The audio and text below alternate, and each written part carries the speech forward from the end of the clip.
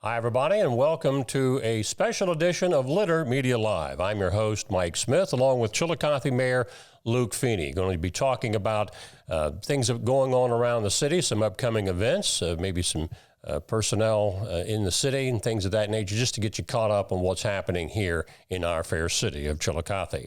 Our interview today brought to you by Classic Brands. Back with Mayor Feeney right after this. Are you looking for a beer that satisfies your thirst and love of country? Armed Forces Brewing Company brews beer for patriots. Celebrate freedom with every sip. Armed Forces Brewing Company. Freedom never tasted so good.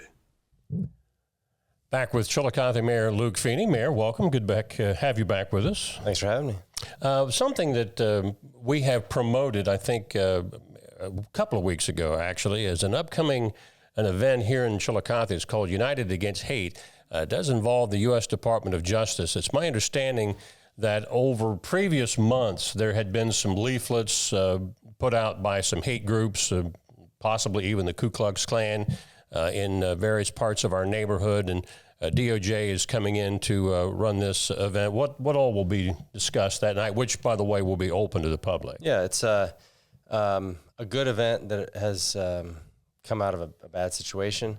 Like you mentioned, I think it was early spring. There were some pamphlets left on vehicles, kind of Story Place area.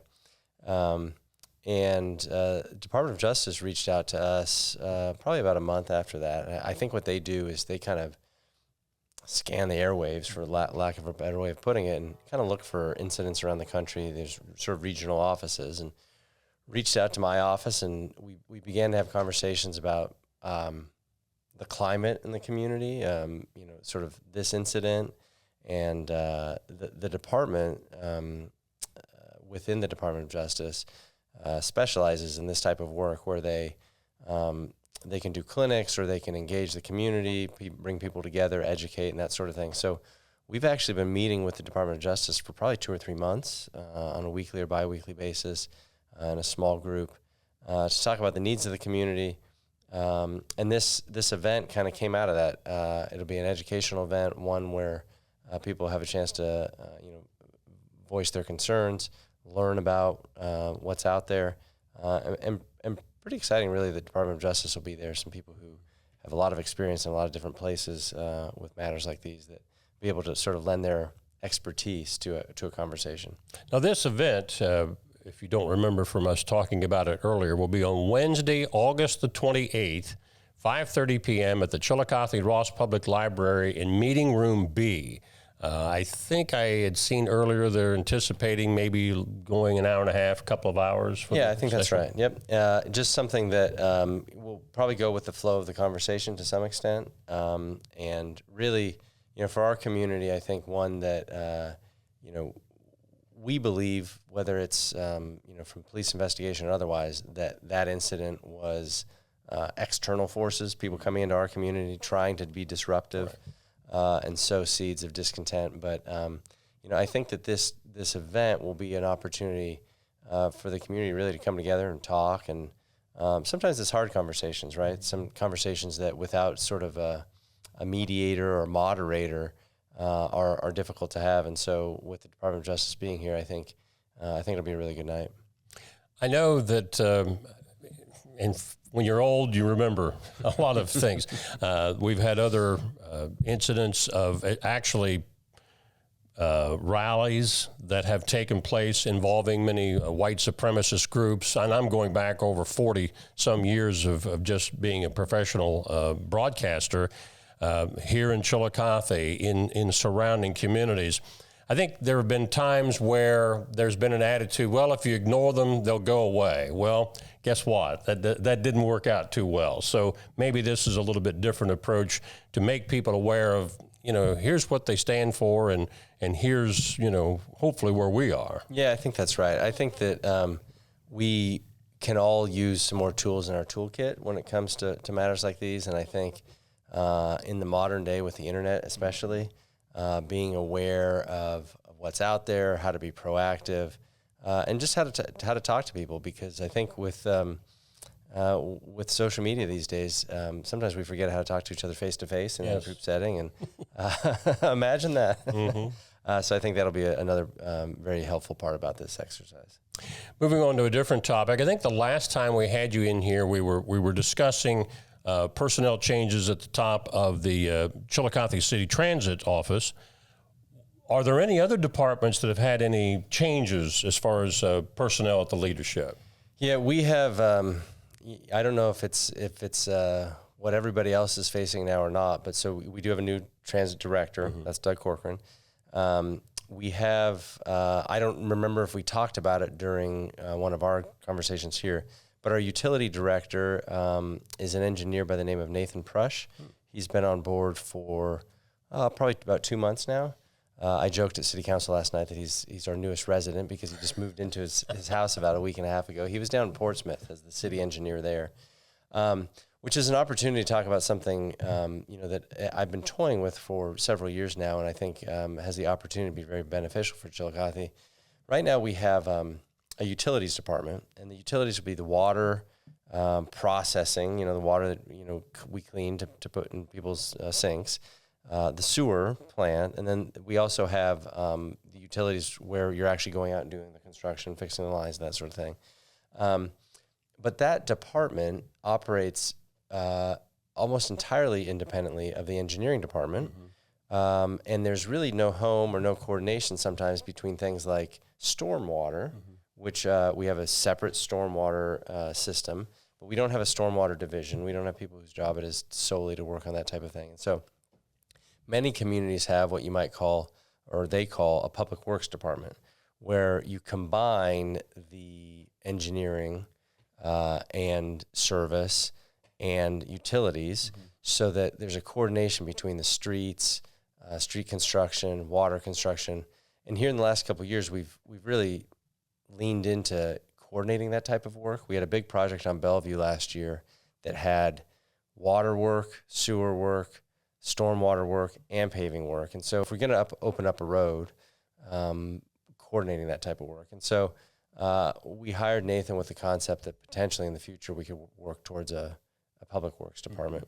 So those are some of the major changes. We've had turnover. We have a chief building official, which is a certification that is permitted to work on commercial work. That person left recently, so we're in the market for a new chief building official. But it just seems like in this environment, there's constant turnover, and something we unfortunately have gotten used to, and go for next person up. And to that extent, it's worked well. We've really tried to create opportunities for promotion from within in the city, promoting into management, and want to keep going on that path to develop potential future leaders that already work for the city, which is a good thing. One of our recent stories, it was a press release sent out to us for littermedia.com. This has been a month or so ago when the garbage collection fees went up. Of course, nobody wants to have their services price increase. What goes into making those decisions when we have to increase trash collection rates, sewer rates, that type of thing? Well, the two major factors would be the actual tipping fee. That's how much it costs for us to deliver our trash to Rumpke. And then the second thing would be personnel. Really, the city's largest expense is personnel. If you think about a police department or a fire department, trash, for example, we've got 3 trucks running every day in the trash, 3 people on a truck, so that's 9 people. Then you have to have some backup here and there. And so, the rising cost of wages and everything else. But those are the two main factors, the cost of personnel and the tipping fees.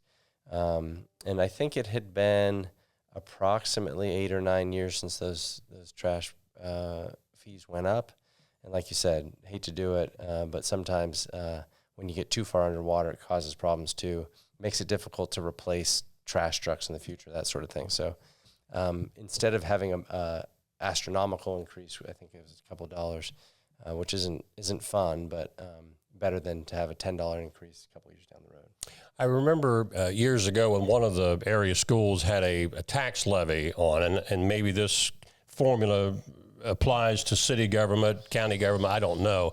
But at that time, they were talking about 80% of most schools' budgets dealt with just what you said, personnel expenses, salaries, benefits, insurance, and all that. Is that a close ratio of where you have to keep it for city employees in budget? Yeah, I think because we have so many different departments, that is a good general rule of thumb.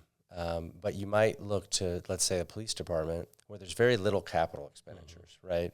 You've got cars, but other than that, there's very little on the side of capital. Flip over to the water division or the wastewater division, which is topical now, and when you're rebuilding a $60 million facility, right. The balance there becomes, you can imagine the actual personnel cost as an overall ratio comes down. But you're absolutely right. You know, the city has something like 250 employees, generally speaking. And most of those are not in divisions that operate major facilities like that. The big trick, I think, for municipalities is to figure out ways to set aside money for capital expenditures. You know, the school methodology is oftentimes when it's time for a new building, sometimes they'll ask for a levy, and it's much more common for schools to have renewable levies or levies expire and then you'll see a new campaign. Well, cities operate off of income tax, which by and large is a permanent thing. That being said, we are coming up on the last year of our street paving levy, which was a 10-year income tax levy. We did that. We actually rolled that out when I was auditor at the same time that we did new safety services levies. Those were permanent, but the street construction levy was temporary. And I think one of the reasons to do that at the time, make it temporary for 10 years, was to be able to show kind of proof of concept. Yeah. Be able to show, hey, when we levy a tax, we'll be able to show you how much we've done over 10 years. And really, if you think about it, we've done more paving in 10 years than probably happened in the last 50 before that, because when you have a dedicated source, not only do your own paving, but use it for matching funds, it really gets a lot done. So I know U.S. Route 50, which comes into the city, that's usually handled by the Ohio Department of Transportation, but that's not every street in Chillicothe. That's correct. So the rest of it, you got to pick up. That's correct. And, you know, it's funny you mention that, because here we are, Eastern Avenue is Route 50, and that paving with ODOT is starting, it's already started. Our match for that project, which will go Eastern Avenue to Bridge Street, to Main Street, to Western Avenue, all the way down Western Avenue. I think it ends at Veterans Parkway. Our match for that project was over $500,000. Wow. Really significant, biggest match we've ever had on a project like that. And so there are what they call federal aid routes that run through the city, which are eligible for federal dollars. But every other route through the city, we bear the cost of that. And just as a ballpark, you know, we might generate, let's say, $1.8 million, something like that, on that tax levy. We borrowed a little bit of money to start with because we started the year before the tax revenue started coming in, so we're paying some debt on that. We use some of it for matching, some of it for maintenance, but we've averaged over $1 million in paving over the last 8 or 9 years, which is, if you think about it, pretty significant for a city our size. The work that Columbia Gas was doing under the streets to repair or replace gas lines, has that all been completed, or is there more yet to come? Definitely more to come. Now, I don't know about this year. I know that they were trying to get Main Street finished up because ODOT was going to pave, but we've seen plans for several years out. Wow. It's just a massive replacement of lines for the safety. And actually, we have a request in front of City Council right now. It was at a committee meeting yesterday where we need to tighten up our rules on, we call it a street opening. When somebody does construction to open one of our streets, tightening up on the rules about essentially how you leave it behind. Because I think we've all experienced to some extent, when the roads get patched, they're not always patched perfectly. Now, in this circumstance, we knew that paving was coming after, so we didn't spend a lot of time and energy on inspection when we knew within a month it would be totally repaved. But in circumstances where there's not new paving coming soon, we need to make sure that that patching restores it to as good or better than it was when they cut it open. Obviously, gas lines go underground. Over the years, electric lines, you start seeing, especially in municipalities, underground. But not all of our electric lines are underground here in the city. Yeah, this Bridge Street project that's coming in a couple years, or next year actually, we talked about that some. It is an incredibly expensive process once you have electric above ground to put it underground. And so most of the city, you'll see it above ground.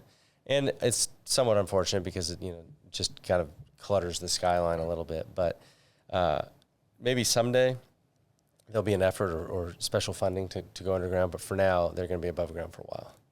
Anything coming up over the next few weeks or a month that you want to promote before we close out? Well, I will say that anybody's listening live, it's 9:15 now. At 10 o'clock, I'll be doing my mayor's office hours in the dog park. So if anybody wants to go to the dog park with their pups and have a K9 office hours, I'll be there. But it's we just had a staff meeting yesterday. We're talking about budget season.